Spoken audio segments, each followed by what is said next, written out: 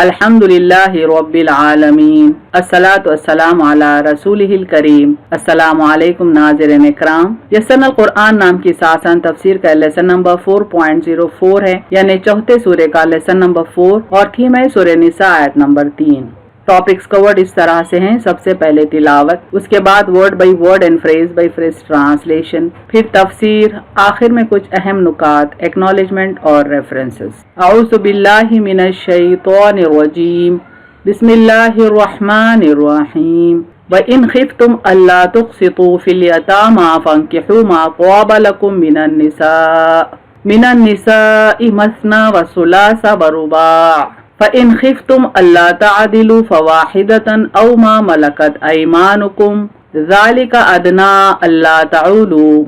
Word by word translation دیکھیں۔ وَإِن الف نون سے روٹ ورڈ ہے، مانے اور اگر، اینڈ اف، خفتم خا واو فا سے ہے، مانے تم ڈرو، خوف کرو، یو فیئر، اللہ الف لام لام الف سے ہے، مانے کہ نہ، دیٹ ناٹ، تقسطو قاف سین طا سے ہے، مانے انصاف کر سکو گے، you will be able to do justice, فی فا یا سے ہے، مانے میں، وتھ، الیتاما یا تامیم سے ہے، مانے یتیم، یتیم کی جمع یتاما ہے، دی orphans۔ فنکحو نون کاف ہا سے ہے، مانے تو نکاح کر لو، دین میری، ما میم الف سے ہے، مانے جو، واٹ، طابا تو یا با سے ہے، مانے پسند ہوں، سیم سوٹیبل، لکم لام سے ہے، مانے تم کو، ٹو یو، من میم نون سے ہے، مانے سے، فرام، النسائی نون سین واو سے ہے، مانے عورتیں، ویمن، مسنا سا نون یا سے ہے، مانے دو، ٹو، وثلاثا سا لام سا سے ہے، مانے اور تین، اور تھری، ورباع وا با عین سے ہے، مانے اور چار، اور فور، فَإِن الف نون سے ہے، مانے پھر اگر، بٹ اف خفتم خا واو فا سے ہے، مانے تمہیں اندیشہ ہو، یو فیئر، اللہ مانے کہ نہ، دیٹ ناٹ، تعدلو عین دال لام سے ہے، مانے تم انصاف کر سکو گے، یو کین ڈو جسٹس، فواحدہ باو ہا دال سے ہے، مانے تو ایک ہی، دین ون، او ما او کا روٹ ورڈ الف واو سے اور ما کا روٹ ورڈ میم یا سے ہے، مانے یا جو، اور واٹ، ملکت میم لام کاف سے ہے، مانے مالک ہو، پوزیسز، ایمانکم یا میم نون سے ہے، مانے تمہارا دایاں ہاتھ، یور رائٹ ہینڈ، ذالکا ذال لام کاف سے ہے، مانے یہ، دیٹ ادنا دال نون واو سے ہے، مانے قریب تر، مور اپروپریٹ، اللہ الف لام لام الف سے ہے، مانے کہ نہ، دیٹ میں ناٹ، تعولو عین واو لام سے ہے، مانے ظلم کرو، سختی کرو، you oppress. Phrase by phrase translation Urdu میں دیکھیں۔ وَإِنْ خِفْتُمْ اور اگر تم خوف کرو، اللہ تقسطوا فی الیتاما کہ نہ انصاف کر سکو گے یتیم لڑکیوں کے حق میں، فانکحو تو نکاح کر لو، ما طاب لکم جو تمہیں بھلی لگیں، من النسائی عورتوں میں سے، مثنا و ثلاث و رباع دو یا تین یا چار، فَإِنْ خِفْتُمْ أَلَّا تَعْدِلُوا پھر تمہیں اندیشہ ہو کہ انصاف نہ کر سکو، فواحدہ تو ایک ہی کافی ہے، او ما ملکت ایمانکم یا تمہارے ہاتھ جن کے مالک ہیں، ذالک ادنا اللہ تعولوا یہ اس کے قریب ہے کہ تم ظلم نہ کرو۔ کمپلیٹ ٹرانسلیشن دیکھیں۔ اور اگر تم خوف کرو کہ نہ انصاف کر سکو گے یتیم لڑکیوں کے حق میں، تو نکاح کر لو جو تمہیں بھلی لگے عورتوں میں سے، دو یا تین یا چار، پھر تمہیں اندیشہ ہو کہ انصاف نہ کر سکو تو ایک ہی کافی ہے، یا تمہارے ہاتھ جن کے مالک ہیں یہ اس کے قریب ہے کہ تم ظلم نہ کرو۔ Phrase by phrase translation English میں دیکھیں۔ وَإِنْ خِفْتُمْ and if you fear اللہ تقسطوا فی الیتاما that you shall not be able to deal justly with the orphans، فانکحوا then marry ما طاب لکم of your choice، من النساء from women، مثنا و ثلاث و رباع two or three or four، فَإِنْ خِفْتُمْ أَلَّا تَعْدِلُوا but if you fear that you will not be able to deal justly، فَوَاحِدَةً then only one، أَوْ مَا مَلَكَتْ أَيْمَانُكُمْ or that which your right hand possesses، ذَلِكَ أَدْنَىٰ أَلَّا تَعُولُوا so that you may not oppress۔ Complete translation دیکھیں۔ And if you fear that you shall not be able to deal justly with the orphans, then marry of your choice from women, two or three or four, but if you fear that you will not be able to deal justly, then only one, or that which your right hand possesses, so that you may not oppress۔ تفسیر آیت دیکھیں۔ آیت کا پہلا freeze ہے وَإِنْ خِفْتُمْ أَلَّا تُقْسِطُوا فِي الْيَتَامَى، اور اگر تم خوف کرو کہ ناانصاف کر سکو گے یتیم لڑکیوں کے حق میں۔ حضرت عائشہ صدیقہ رضی اللہ عنہا نے اس آیت کی وضاحت کرتے ہوئے فرمایا کہ یتیم لڑکیاں جو اپنے سرپرستوں کی نگرانی میں ہوا کرتی تھی، ان کے سرپرست ان کے مال اور جمال کی وجہ سے ان کو اپنی زوجیت میں لے لیتے تھے، اور باپ کا سایہ اٹھ جانے کے بعد کیونکہ ان کے حقوق کا محافظ اور ان کے دکھ درد میں ان سے ہمدردی کرنے والا کوئی نہ ہوتا، اس لیے عام طور پر نہ تو ان یتیم لڑکیوں کے ساتھ نکاح کرتے وقت ان کو ان کی حیثیت کے مطابق مہر دیا جاتا اور نہ نکاح کے بعد ان کے حقوق ادا کیے جاتے۔ اس لیے اللہ تعالیٰ نے یہ حکم نازل کیا کہ جب تمہیں اندیشہ ہو کہ تم ان بے سہارا لڑکیوں کے حقوق کی نگہداشت نہیں کر سکو گے تو ان کے ساتھ نکاح نہ کرو۔ ان کے علاوہ دوسری عورتیں جو تمہیں پسند ہوں 4 تک نکاح کر سکتے ہو۔ یعنی اللہ تعالیٰ یتیموں کا ذکر کرتے ہیں اس آیت میں، خاص طور پر ان یتیم لڑکیوں کا ذکر یہاں ہو رہا ہے جن کے پاس مال ہوتا ہے اور خوبصورتی ہوتی ہے، لیکن جن کی نگرانی میں یہ آتے ہیں یتیم ہونے کے بعد ان کی نیت ان کے مال اور جمال پر ہونے کے سبب وہ ان سے نکاح تو کر لیتے ہیں لیکن ان کے حقوق ادا نہیں کرتے، جن میں سے ایک حق تو حق مہر ہوتا اور دوسرا حق کفالت کا ہوتا، اور یہ حقوق وہ ان یتیم لڑکیوں کو نکاح کے بعد ادا نہیں کرتے۔ اس لیے اللہ تعالیٰ یہاں پر حکم دیتے ہیں کہ اگر اس طرح کا اندیشہ ہو تم کو کہ تم ایسی یتیم لڑکیوں کے ساتھ ناانصافی کرو گے تو ان سے نکاح کرنے کے بجائے دوسری عورتوں سے نکاح کرو، یہاں تک کہ تم 4 تک نکاح کر سکتے ہو۔ تفسیر ابن کثیر کے کچھ پوائنٹس دیکھیں۔ حضرت عائشہ صدیقہ رضی اللہ عنہا فرماتی ہیں ایک یتیم لڑکی تھی جس کے پاس مال بھی تھا اور باغ بھی، جس کی پرورش میں وہ تھی، یعنی جس شخص کی پرورش میں وہ تھی، اس نے صرف اس مال کے لالچ میں بغیر اس کا پورا مہر وغیرہ مقرر کرنے کے اس سے نکاح کر لیا۔ یعنی حضرت عائشہ رضی اللہ عنہا فرماتی ہے کہ دراصل اس آیت کے بیک گراؤنڈ میں ایک واقعہ ہے یتیم لڑکی کا جس کے پاس مال بہت زیادہ تھا، پراپرٹی تھی، تو اس کے مال کے لالچ میں ایک شخص نے یعنی اس کے گارڈین نے اس سے نکاح کر لیا۔ صحیح بخاری شریف میں ہے کہ حضرت ابن شہاب نے حضرت عائشہ رضی اللہ عنہا سے اس آیت کا مطلب پوچھا تو آپ نے فرمایا بھانجے یہ ذکر اس یتیم لڑکی کا ہے جو اپنے ولی کے قبضے میں ہے، اس کے مال میں شریک ہے اور اسے اس کا مال و جمال اچھا لگتا ہے، چاہتا ہے کہ اس سے نکاح کر لے، لیکن جو مہر وغیرہ اور جگہ سے اسے ملتا ہے اتنا یہ نہیں دیتا تو اسے منع کیا جا رہا ہے کہ وہ اس اپنی نیت چھوڑ دے اور کسی دوسری عورت سے جس سے چاہے نکاح کر لے۔ پھر اس کے بعد لوگوں نے رسول اللہ صلی اللہ علیہ وسلم سے اسی کی بابت دریافت کیا اور آیت نازل ہوئی، وہاں فرمایا گیا ہے کہ اور لوگ آپ سے عورتوں کے بارے میں حکم دریافت کرتے ہیں، آپ فرما دیجئے کہ اللہ تعالیٰ ان کے بارے میں حکم دیتے ہیں اور وہ آیات بھی جو کہ قرآن کے اندر تم کو پڑھ کر سنائی جایا کرتی ہیں جو کہ ان یتیم عورتوں کے باب میں ہیں جن کو جو ان کا حق مقرر ہے نہیں دیتے ہو اور ان کے ساتھ نکاح کی خواہش رکھتے ہو۔ یعنی اللہ تعالیٰ فرماتے ہیں کہ جو لڑکیاں یتیم ہیں جو مال اور جمال رکھتے ہیں ان کے مال پر نیت خراب کر کے ان سے نکاح کرنے کے بجائے دوسری عورتوں سے نکاح کریں اور ان کے حقوق ادا کریں۔ آیت کا دوسرا فریز ہے فَانْكِحُوا مَا طَابَ لَكُم مِّنَ النِّسَاءِ مَثْنَىٰ وَثُلَاثَ وَرُبَاعَ، تو نکاح کر لو جو تمہیں بھلی لگے عورتوں میں سے 2 یا 3 یا 4۔ یہ حکم نہیں ہے، یعنی آیت میں اللہ نے حکم نہیں دیا ہے بلکہ اللہ کی طرف سے اجازت ہے، صرف پرمیشن ہے، یہ کوئی انسٹرکشن نہیں ہے، ایک رخصت ہے اور اجازت بھی سخت شرائط کے ساتھ ہے۔ یعنی اللہ تعالیٰ ایک سے زیادہ نکاح کی جو اجازت دے رہا ہے وہ سخت شرائط کے ساتھ ہے، یعنی ٹف کنڈیشنز کے ساتھ ہے۔ طب جدید و قدیم اس پر متفق ہے کہ مرد کی طبعی کیفیت عورت کی طبعی کیفیت سے جداگانہ ہے۔ یعنی یہاں پر یہ بتانے کی کوشش ہو رہی ہے کہ اللہ نے آدمی کو بیک وقت ایک سے زیادہ نکاح کی اجازت کیوں دیا ہے۔ اس کی ایک وجہ یہ ہے میڈیکل سائنس میں کہ آدمی کا فزیکل ریکوائرمنٹ عورت کے فزیکل ریکوائرمنٹ سے مختلف ہوتا ہے، جداگانہ ہوتا ہے۔ ازواجی تعلق کی وجہ سے عورت کو مدت دراز تک مختلف نازک مرحلوں سے گزرنا پڑتا ہے۔ استخرار حمل، وضع حمل، رضاعت اور معصوم بچے کی تربیت، یہ سارے مرحلے اسے کئی سال مشغول رکھتے ہیں۔ یعنی جو عورت اپنے شوہر کے ساتھ ازواجی تعلق رکھتی ہے اس کے اوپر کئی قسم کی ذمہ داریاں عائد ہوتی ہیں۔ اول تو جب وہ حمل سے ہوتی ہے تو وضع حمل تک اس کو کئی نازک مراحل سے گزرنا ہوتا ہے اور وضع حمل خود ایک نازک مرحلہ ہوتا ہے۔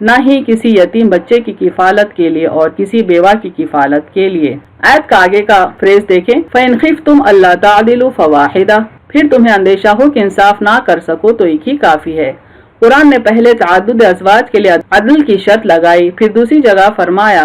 بیویوں کے ساتھ پورا عدل و انصاف کرنا تمہارے بس میں نہیں ہے۔ یعنی اللہ نے کنڈیشن تو رکھی کہ بیویوں کے بیچ انصاف کریں، لیکن 100% جسٹس کرنا بھی کسی انسان کے بس کی بات نہیں۔ ممکن ہے کہ انسان اپنے قلب رجحان میں مساوات قائم نہ رکھ سکتا ہو، لیکن عملی سلوک میں انصاف فراہم کر سکتا ہے۔ یعنی بندہ جو اپنے دل میں سوچتا ہے اس میں تو ایکویلٹی مینٹین نہیں کر سکتا ہے، لیکن اس کا جو پریکٹیکل ایٹیٹیوڈ ہے اور جو حقوق ادا کرنے کی بات ہے اس میں انصاف مینٹین کر سکتا ہے، جسٹس کر سکتا ہے۔ اسی لیے سورہ نساء آیت نمبر 129 میں اللہ تعالیٰ فرماتے ہیں، اور تم بیویوں کے درمیان پورا عدل قائم نہ کر سکو گے خواہ تم کتنا ہی چاہو، لیکن ایک طرف اتنے نہ جھک جاؤ کہ دوسری کو معلق کی طرح چھوڑ دو۔ یعنی اگر کوئی شخص اپنی چہیتی بیوی کے لیے جو وقت دیتا ہے یا جو وسائل فراہم کرتا ہے عملاً دوسری کو اس سے محروم نہ رکھے تو یہی عدل ہے۔ یعنی ایک بیوی کو جتنا وقت اور جتنے فیسلٹیز شوہر دیتا ہے، اگر دوسری بیوی کو بھی اتنا ہی وقت اور دوسرے فیسلٹیز دیتا ہے تو یہ انصاف ہے، عدل ہے۔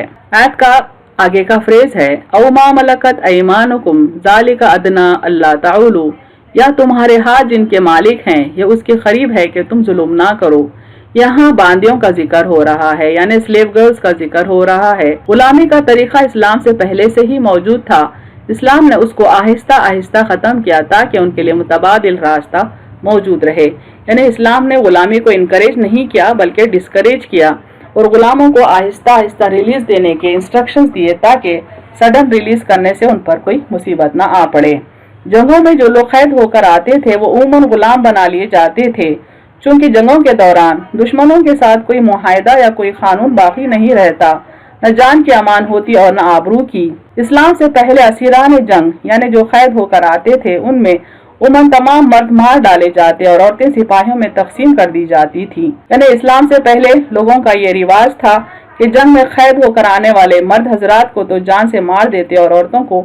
آپس میں یعنی سپاہیوں میں تقسیم کر دیتے، جبکہ اسلام نے باندی غلاموں کو وہی کھلانے پلانے اور وہی کپڑے پہنانے کا حکم دیا ہے جو ان کے آقا استعمال کرتے تھے۔ یعنی اسلام کے احکامات تھے کہ انہیں قتل کرنے کا حکم نہیں تھا بلکہ ان کو ایسے مینٹین کرنے کا حکم تھا، کھلانے پلانے اور پہنانے میں جیسے کہ مالک اپنے آپ کو مینٹین کرتا ہے۔ جہاں آقا سے بچہ پیدا ہوا وہ باندی آقا کے مرتے ہی آزاد ہو جاتی تھی، بیچی ہرگز نہیں جاتی تھی۔ یعنی جب کوئی باندی کسی سپاہی کو الاٹ ہوتی تھی وہ الاٹمنٹ ہی نکاح کا ایکویلنٹ ہوتا تھا، اور اس آقا سے جب کوئی بچہ پیدا ہوتا تو باندی کو حق ہوتا کہ آقا کے انتقال کے ساتھ ہی یعنی مالک کے انتقال کے ساتھ ہی وہ آزاد ہو جائے، اور وہ کسی حال بیچی نہ جا سکتی تھی چونکہ وہ آزاد ہو چکی ہوتی۔ جہاں کہیں کسی مسلمان سے قصور ہوا تو لونڈ یا غلام آزاد کرنے کا حکم ہوتا۔ یعنی اسلامی تعلیمات میں انگنت مرتبہ غلام یا لونڈی آزاد کرنے کا حکم دیا جاتا ہے تاکہ کوئی خطا کا کمپنسیشن ہو جائے۔ لونڈی غلام کی تعلیم و تربیت پر بھی اسلام زور دیتا رہا ہے، اور پھر جب وہ تعلیم یافتہ اور تربیت یافتہ ہو جاتے انہیں مکاتب بنا دینے کا حکم ہوتا، یعنی کچھ رقم دے کر ان کو آزاد کر دو۔ جب آپ صلی اللہ علیہ وسلم کا آخری وقت تھا تب آپ نے نصیحت فرمائی کہ نماز کو لازم پکڑو، اور جو باندی اور غلام تمہارے قبضے میں ہیں ان کے ساتھ معاملہ کرنے میں اللہ سے ڈرتے رہو۔ یعنی قرآن کی بھی کئی آیات ہیں جن میں لونڈی غلاموں کے ساتھ حسن سلوک سے رہنے کا حکم ہے، انہیں آزاد کر دینے کا حکم ہے، اور آپ صلی اللہ علیہ وسلم کو بھی ہمیشہ یہ فکر دامنگیر رہتی تھی کہ مسلمان باندی غلاموں کے ساتھ بہتر طریقے سے حسن سلوک سے رہیں۔ اسی لیے آپ صلی اللہ علیہ وسلم نے انہیں نصیحت کی کہ ان کے معاملے میں اللہ سے ڈرتے رہیں۔ اہم نکات دیکھیں اس تفسیر کے۔ اکثر انسانوں کی فطرت ہوتی ہے کہ یتیم کے مال سے فائدہ اٹھائیں یا یتیم لڑکیوں کے مال و حسن و جمال کے سبب ان سے نکاح کر لیں اور ان کے حقوق زوجیت ٹھیک سے ادا نہ کریں۔ اللہ تعالیٰ انسان کی ان کمزوریوں پر گرفت کرتا ہے کہ اگر یتیم لڑکی کے ساتھ ناانصافی کا اندیشہ ہو تو کسی اور سے نکاح کر لیں، چاہے تو 4 عورتوں سے کر لے، بشرطے کہ ان کے بیچ انصاف کرنا ممکن ہو۔ اگر انصاف کرنا ناممکن ہو تو پھر ایک عورت سے نکاح کی اجازت ہے۔ اگر ایک آزاد عورت کا بھی حق ادا کرنے کی سکت نہ ہو تو پھر باندی ہی کافی ہے۔ یہ اصول اس لیے بتائے گئے ہیں کہ کہیں کسی سے کوئی ظلم نہ ہو۔ وآخر دعوانا ان الحمد للہ رب العالمین۔